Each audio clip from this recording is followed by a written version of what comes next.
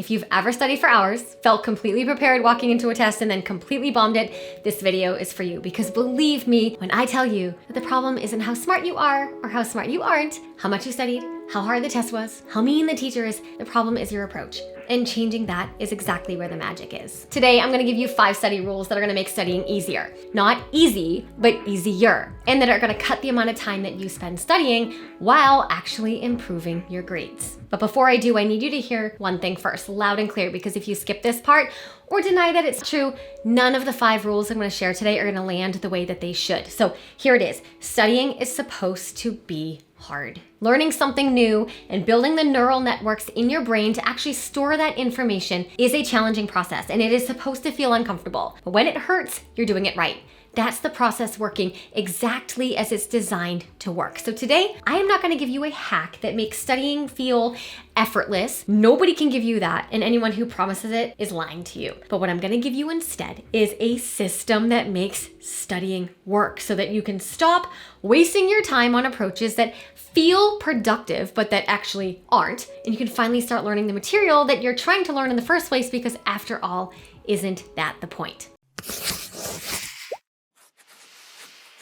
Hi, I'm Katie Azevedo of SchoolHabits.com. I'm a private study skills and ADHD executive function coach who teaches students and professionals to learn and work smarter. I have a master's degree in special education. I have been teaching for over 20 years, including high school before I started my private practice, and I've personally coached over 3,000 students in a one-to-one capacity. And I say all of that just so you know that I have seen it all. Please subscribe, find me on Instagram at SchoolHabits, and say hi in the comments.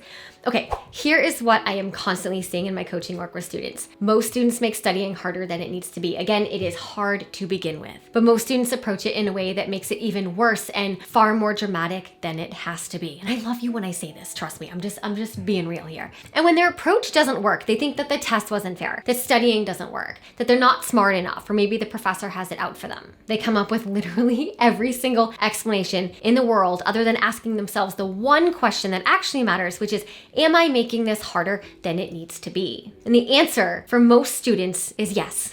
Again, I love you. I'm just being honest.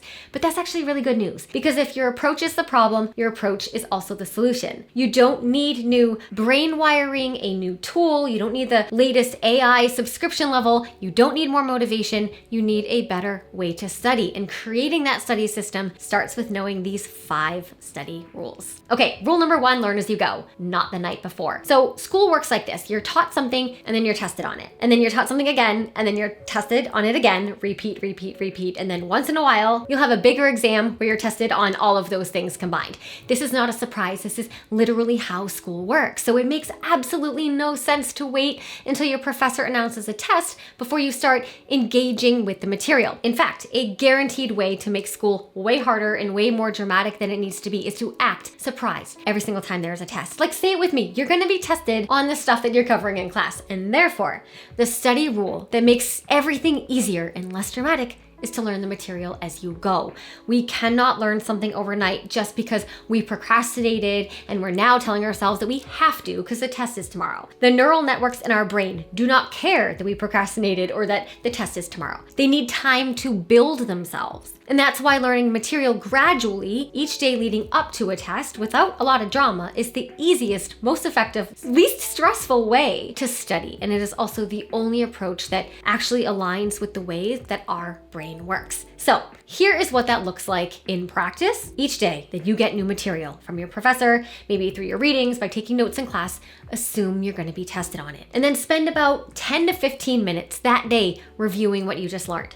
Now, reviewing could look like rewriting your notes. It could look like turning your notes into flashcards, creating a quick mind map, maybe summarizing what you learned in your own words, maybe trying to teach the concept to someone else. Yes, people do this. The students who get the best grades with the least amount of stress are doing this in the background. They're just not talking about it. Trust me when I tell you people do this, they're just not talking about it. Most students do the exact opposite of this. They don't return to the material that they learned in class until they sit down to study it the night before. And at that point, it looks completely brand new. And this is what makes studying so much harder than it needs to be, because if you spend just 10 to 15 minutes a day engaging with the material, you learn it as you go, which means that you get to study way less when the test comes around because you know it.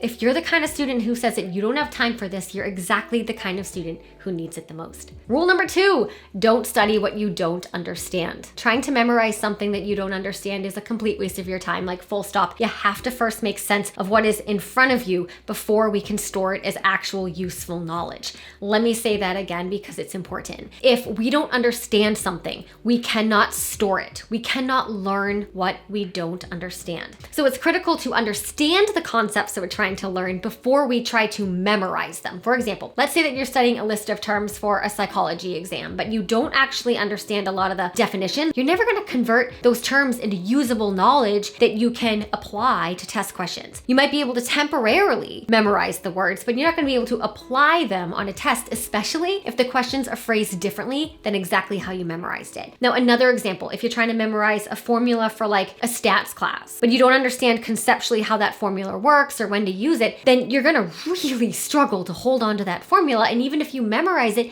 you're not going to know what to do with it when the test questions don't look exactly like the homework problems that you practiced on.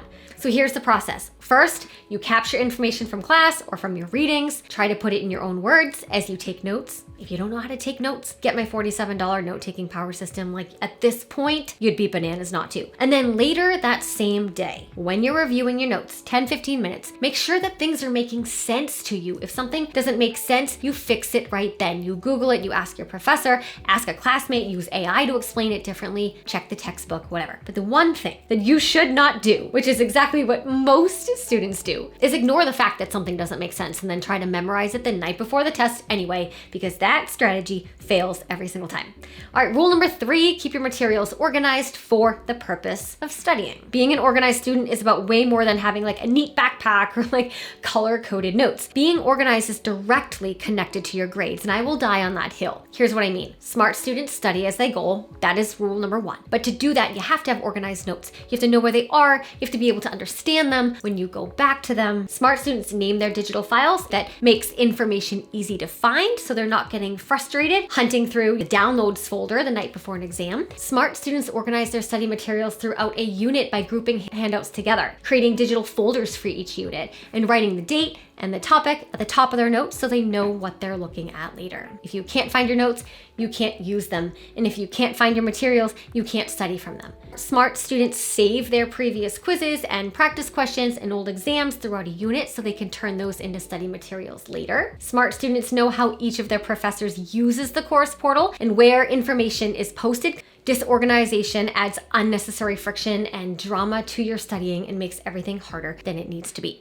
All right, rule number 4, manage your attention. We can only ever learn what we pay attention to. I'm going to say that one more time because it's that important. We can only ever learn what we pay attention to. That means we cannot learn things if we are not paying attention in class, if we're not paying attention when we read, if we're not paying attention during our actual study sessions. It's not enough to just show up to class and then zone out when the professor's talking. Sure, you might end up, having written down a few things, but if you're not mentally present, those notes are essentially useless because you're not going to know what they mean or the context that you took them in. If you zone out while you're reading, but technically like you made it to the last page in the chapter, you've wasted your time because you're not going to retain anything. And if you zone out during passive study methods like rereading your notes instead of using active recall, you're not going to learn anything deeply enough to perform on a test. Paying attention for an extended period of time is one of the most valuable academic skills you can develop right now. And if you have ADHD, sustained attention is genuinely more difficult for you. And I'm not telling you just to focus harder. That is not a strategy, okay? And that doesn't work. So I would never tell someone with ADHD to just focus harder. Absolutely not.